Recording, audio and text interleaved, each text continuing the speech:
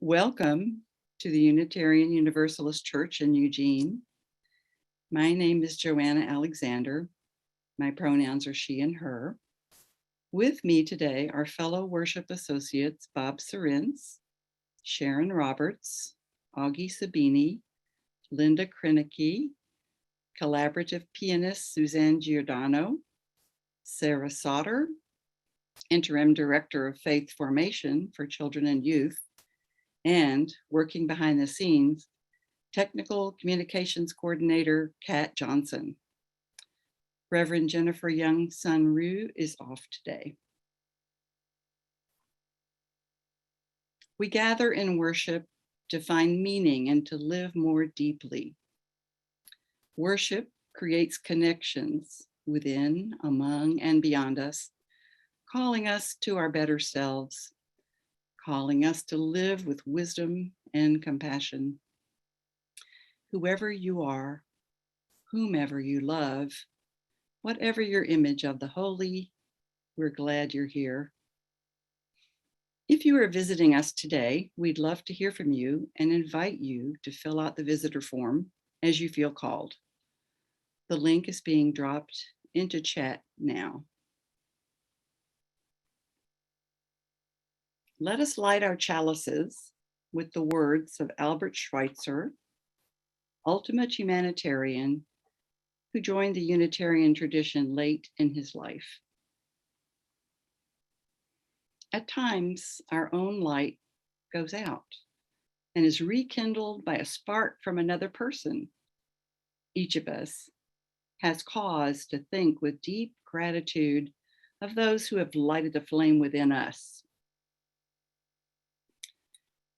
And now, let's say together the words of our mission, which affirm our shared purpose. Empowered by love, we transform ourselves and serve our world.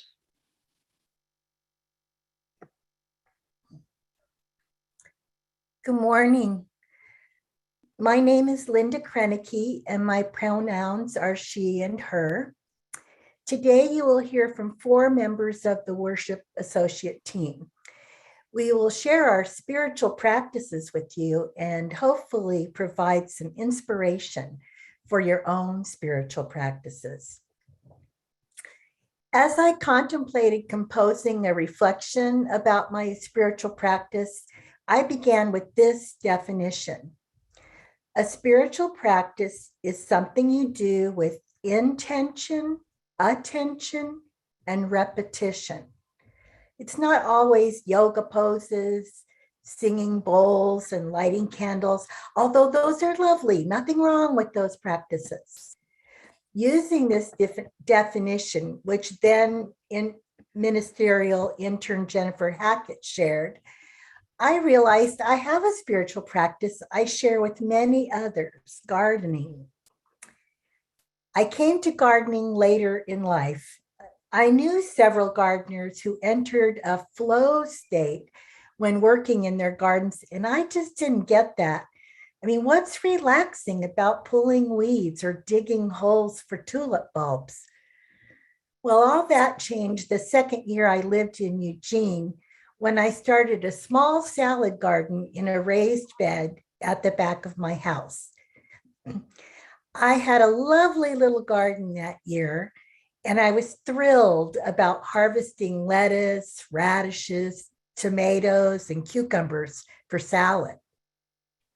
Every day I took a little walk around the raised bed and pulled weeds as they dared to show themselves. 2 years and many YouTube videos later, I transitioned away from the raised bed and started using grow bags. I grew potatoes for the first time, and I started to dream about landscape gardening. I began to notice trees and shrubs around town, taking photos and learning about their care. I continued my daily garden walks, this time around all the grow bags, checking for pests and rejoicing at the ladybugs and tiny frogs that help keep the pests in check. I even appreciated a small garden snake. Then last summer, I had my entire backyard demolished and all new landscaping put in. I learned so much about plants and the importance of creating interest in every season. That raised bed was removed, and I'm planning to try vertical gardening this year using trellises for my veggies to climb. And my daily routine will continue. I put on my dad's apron, load the pockets up with clippers and pruners, and I put on my gloves. I have loads of flowers in containers, and there is usually at least a little bit of deadheading and cleanup to do. I also carry a basket with me for the debris I create. There is a feeling of peace and happiness as I make my rounds. Now I too have found flow in the garden. Good morning, everyone. My name is Sarah Sauter, and I am your Interim Director of Faith Formation. My pronouns are she and her. As Linda told us earlier in the service, a spiritual practice is something you do regularly to deepen your personal spirituality. It also connects you to something greater than yourself. As she mentioned, prayer and meditation are common spiritual practices. And when people perform a spiritual practice, it becomes a ritual. For some, a spiritual practice helps us feel connected to our values. It helps us remember what is important to us and what we love. Saying a prayer at mealtime is a spiritual practice. It helps us focus on being thankful for our food. As Linda mentioned, gardening or taking a walk is a spiritual practice that helps us feel connected to nature and the spirit of life. And of course, spiritual practices also include yoga, journaling, reading from holy books, and attending worship, like we're all doing right now, and religious education classes, which hopefully some of you did earlier today. In my family, we added a spiritual practice by accident. Like many people, we made a point of eating dinner together as a whole family. As the children grew, we had to move our dinner time. It got later and later. When the kids were young, we ate at 5. But when they became teens with team practices and club meetings, we ate at 7. Not always, but as often as we could, we sat around our big dining table as a family of 5, usually with 1 or 2 extras. Just before dinner, I would light candles on the table before calling everyone to dinner. The candles would flicker on the walls and across all the food laden on the table. One evening, Julia, my youngest, saw the candle lit, the food on the table, and said, "It's family time." Not dinner time, family time. A time when we all sat together, relating the events of our day, felt listened to, and encouraged to share. Lighting the flame signified the beginning of connection and practicing being connected as a busy family. It became a spiritual practice and eventually a family ritual. Families, I encourage you to find or recognize a spiritual practice that encourages your continued closeness. We have been practicing metta, also known as the loving kindness meditation. I invite you now to relax and be comfortable in your breathing. Begin by thinking about yourself. What do you need today? What is your heart's desire? Whatever you are going through, whatever joys you are celebrating, whatever sorrows you are holding, give yourself loving kindness. Imagine looking into a mirror and saying to yourself, May I be happy. May I be well. May I be at peace. Now turn your attention to those you know and love. Maybe some of them are going through hard times. Maybe they are starting something new and exciting. Imagine their faces and say to them, may you be happy. May you be well. May you be at peace. Next, imagine the people you know a little bit, acquaintances, strangers you pass on the sidewalk, neighbors. Say to them, may you be happy. May you be well. May you be at peace. And now bring to mind someone who you are at odds with, someone you disagree with, someone you don't care for, even someone you consider an enemy. Bring their name or face to your consciousness and say to them, may you be happy. May you be well. May you be at peace.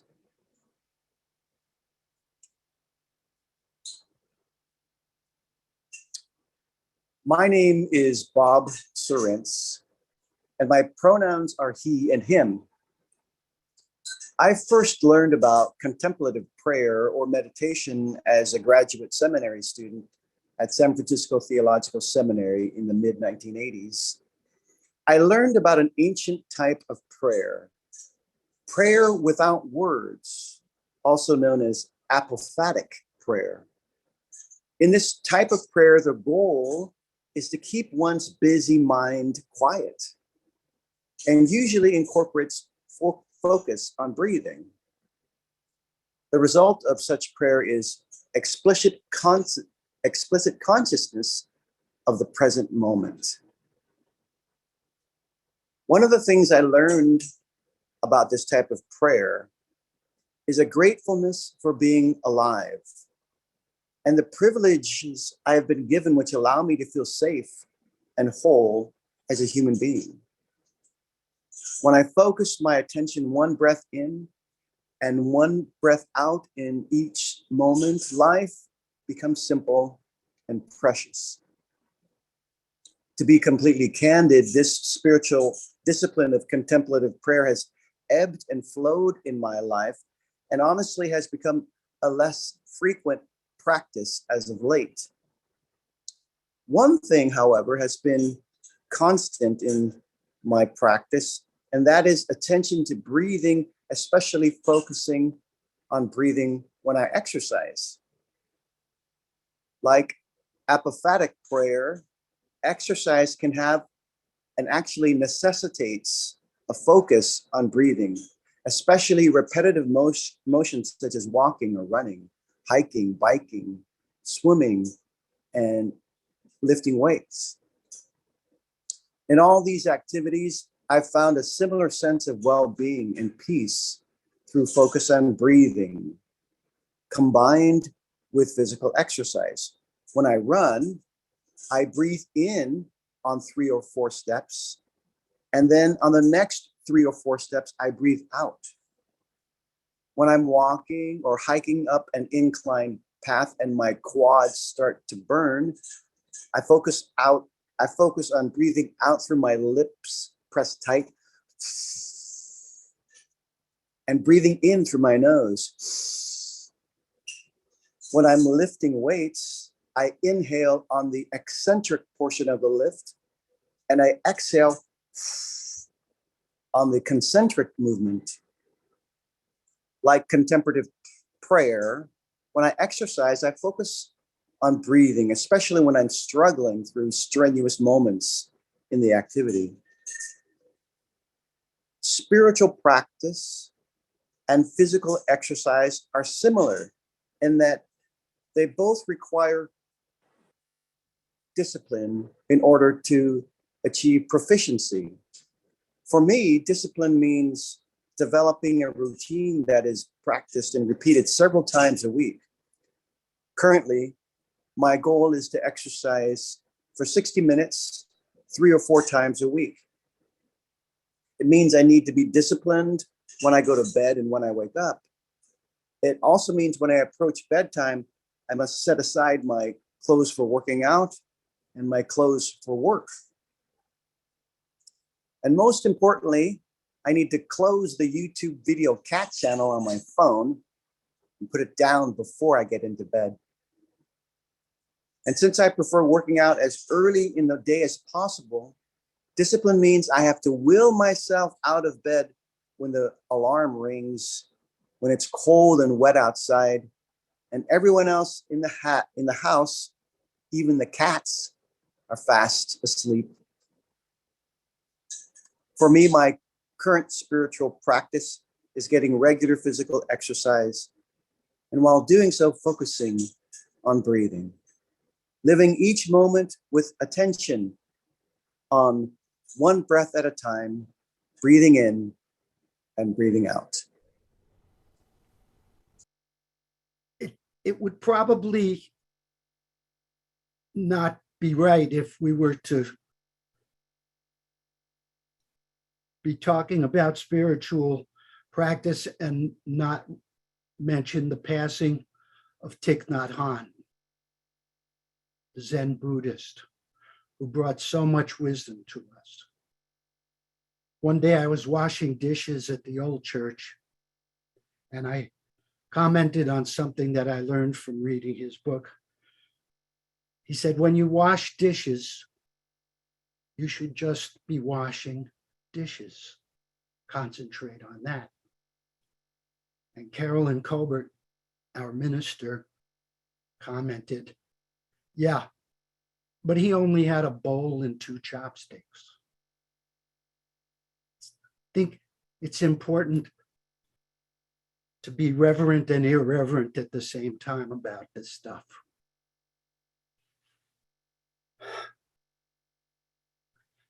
Now, back in the early 1970s, because her family was very involved in the peace movement, a friend of mine got married, and the activist priest Daniel Berrigan presided. Part of the ceremony was communion, but there was no kneeling, no rail, no wafers involved. Instead, we passed the bread that some of us had baked and drank from a cup of wine. I suspect that the communion of early followers of Jesus was like that. I think it's tragic how the rite of sharing bread and wine by the earliest Christians, who probably thought of themselves as Jews, has become formalized into an act to reward supplicants. A few years earlier than that, I had become friends with a Rastafarian co-worker at a geriatric medical ward of a state hospital. At work, he taught me how to make a bed with a patient in it, hospital corners and all. And later, back in our dorm rooms, he taught me how to roll proper spliff. While we smoked it, I said something about communism, and he remarked that communism is a beautiful word. It's akin to community, communication, communion. Now, these past 2 plague years have made me very aware of the importance of calm things. I used to comment at the coffee counter after service that at the Last Supper, Jesus was heard to say, "This is my blood ye drink." I say what he actually said was, This is my mud you drink. I missed the opportunity to make that quip. I've missed making music with people, singing together, dancing with folks. Now, these have been part of the religious celebration of every culture I know of. And I guess there's a reason. Anthropologist Yolanda Murphy and her husband, another anthropologist, were staying with and studying a group of people in the Amazon rainforest. While her husband was with the men doing the men stuff, she was with the women washing clothes at the creek. And the woman next to her asked her how she did her washing at home. And she answered that everyone had a machine in their house where they could do their laundry at home conveniently. The woman asking paused thoughtfully for a moment and asked, "Don't you get lonely?"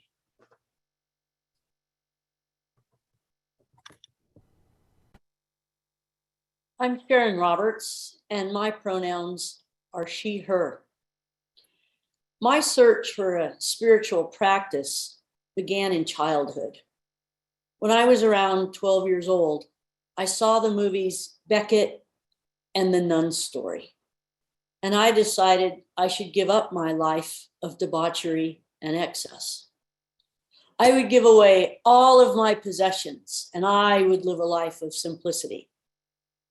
All I actually managed to do was clean my desk and pass some pencils to my younger brother before my new spiritual practice evaporated. This pattern of failed practice followed me throughout my life, though I'd like to think with a bit of increasing sophistication. There have been phases of regular prayer just before falling asleep, singing hymns off key in the morning, and even a semester of study of meditation techniques. This one culminated in a very long, rainy Saturday afternoon spent under a blanket, slowly eating raisins. Now, let me hasten to say, I'm not disparaging any of these practices. I know they work for others. The takeaway is that I tried them, but these and various other attempts just never stuck with me. Instead, I often came away feeling inadequate, neither religious nor spiritual, and pretty much undisciplined. Obviously, not the intended outcome of a spiritual practice. But in just the last few years, I've discovered that I had a spiritual practice I'd been honing my entire life. There it was, but I just hadn't considered the possibility that a spiritual practice need not be a struggle. It can, in fact, arise from within. And my spiritual practice is nothing more exotic or demanding than a daily turn of the yard. Throughout the year, I spend a few minutes daily just walking around in my yard, often with a dog sniffing along beside me. I look for the first signs of camas and iris in the late winter. I notice the different birds at the feeders. I watch the ripening blueberries turn from the palest pink to the rich purple blue of a ripe berry. I revel at the first strawberry of the season, and I give thanks for the last. This practice is simply something I have done for years, fostering a kinship with and appreciation for the myriad forms of creation. The practice produces a deep sense of contentment and connection with the transcendent. All those years, I sought a practice that was external. I thought I had to learn how to do it. But perhaps, too, spiritual practice can simply grow from inside unbidden, gently waiting for you to simply take notice. And now let us say together these words as we extinguish our chalices. We extinguish this flame, but not the light of truth, the warmth of community, or the fire of commitment. These we carry in our hearts until we are together again.